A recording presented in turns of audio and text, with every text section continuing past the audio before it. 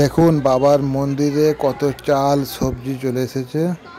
তুমি নাকি পরের কথা নিয়ে বেশি ভাবছো, একবার কি নিজের কথা ভেবে দেখেছো?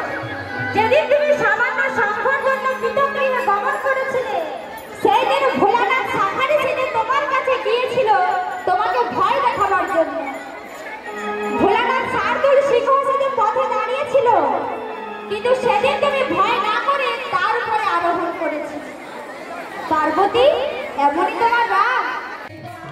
এটা সামরায়ের মন্দির, বাবা মন্নত দাসের গুরুদেব।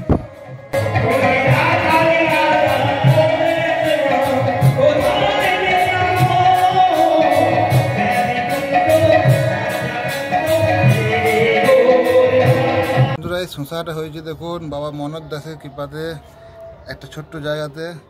আজ এটি যাবে বাবা মনোহরের পুজোতে। জয় মনোহর। প্রতি বছরই মাঝের মৎসবে বাবা মনোহরের জন্য পুজো নিয়ে যায়, আর তার সঙ্গে চাল, কুমড়ো, সন্নেখাড়া, আলু, নানা রকম কিছু নিয়ে যায়। আমার ভোগ সাজানো হয়ে গেছে, বাবার কাছে নিয়ে যাব।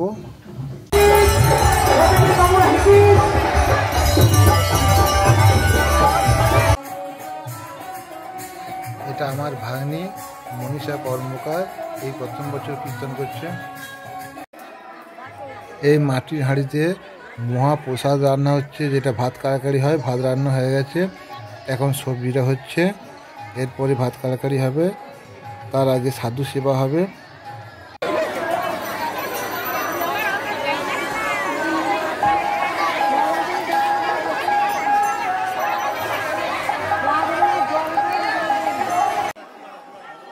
সাধু সেবা হয়ে গেছে, এরপর ভাত কাড়াকাড়ি আরম্ভ হয়ে গেছে। এটাই হচ্ছে ভাত কাড়াকাড়ি, এটাই মহা আনন্দের জিনিস।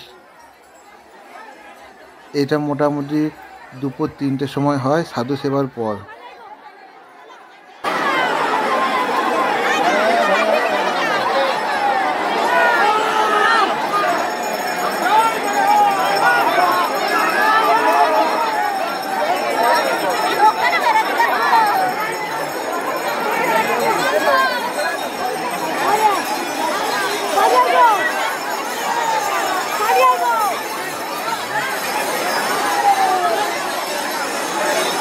ভাত কাড়াকাড়ির পর নাচ গান হচ্ছে।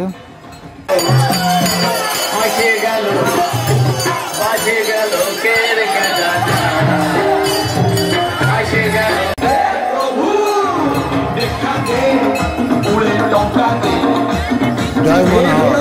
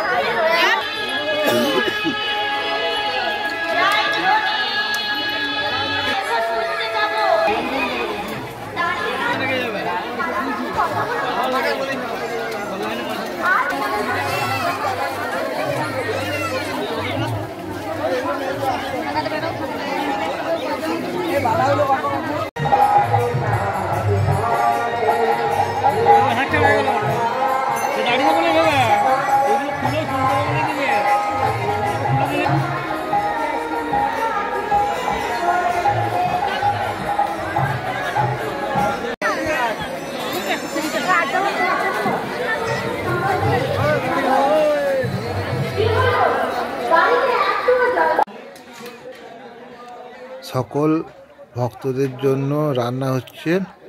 আজ মাঝের দিনে প্রায় 40 কুইন্টাল চালের রান্না হচ্ছে। প্রতিটা ভক্তই পেট ভরে খান। কুমড়োর ঘ্যাঁট, ডাল, মহাপ্রসাদ খেলে তার জিভে লেগে থাকবে, সব রোগ জ্বালা চলে যাবে।